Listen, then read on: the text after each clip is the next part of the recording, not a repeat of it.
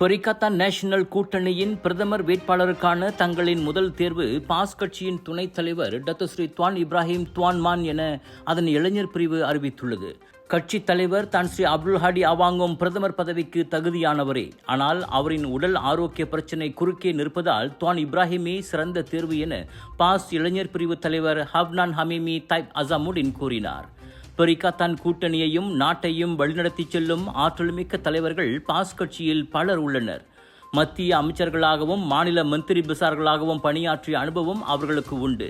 கிடா மந்திரி பசாரும் பெரிக்கத்தான் தேர்தல் இயக்குநருமான டத்தோஸ்ரீ முகமது சனுசி நோரும் அவர்களில் அடங்குவார் என பாஸ் இளைஞர் பிரிவின் பேராளர் மாநாட்டுக்கு பிறகு ஹவ்டான் கூறினார். பாஸ் உதவி தலைவர்களான இட்ரிஸ் ஹமாட், தெலுங்கானா மந்திரி பசார் ஹமாட் சம்சூரி மொக்தார் ஆகியோரும் தலைமையேற்க தகுதியானவர்களே என்றார் அவர். கடந்த வாரம் பிர்சாத்து பேராளர் மாநாட்டில் பெரிக்கத்தான் கூட்டணியின் அடுத்த பிரதமர் வேட்பாளராக தான் ஸ்ரீ முஹிடின் யாசின் அறிவிக்கப்பட்டார். அப்போதே இதில் அவசரம் காட்ட வேண்டாம் என சனுசி உள்ளிட்ட பாஸ் தலைவர்கள் பேசியிருந்த நிலையில் இப்போது பிரதமர் பதவியை கைப்பற்ற பாஸ் தயாராகி வருவது வெளிச்சமாகியுள்ளது.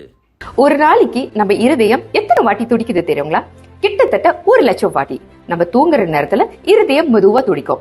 நம்ம இருதயம் ஒரு என்ஜின் மாதிரி நான் ஸ்டாப்பா உடம்பு முழுதும் ஆக்சிஜன் பம்ப் பண்ணிட்டு கார்பன் டை ஆக்சைடை வெளியாக்கிடுறோம்.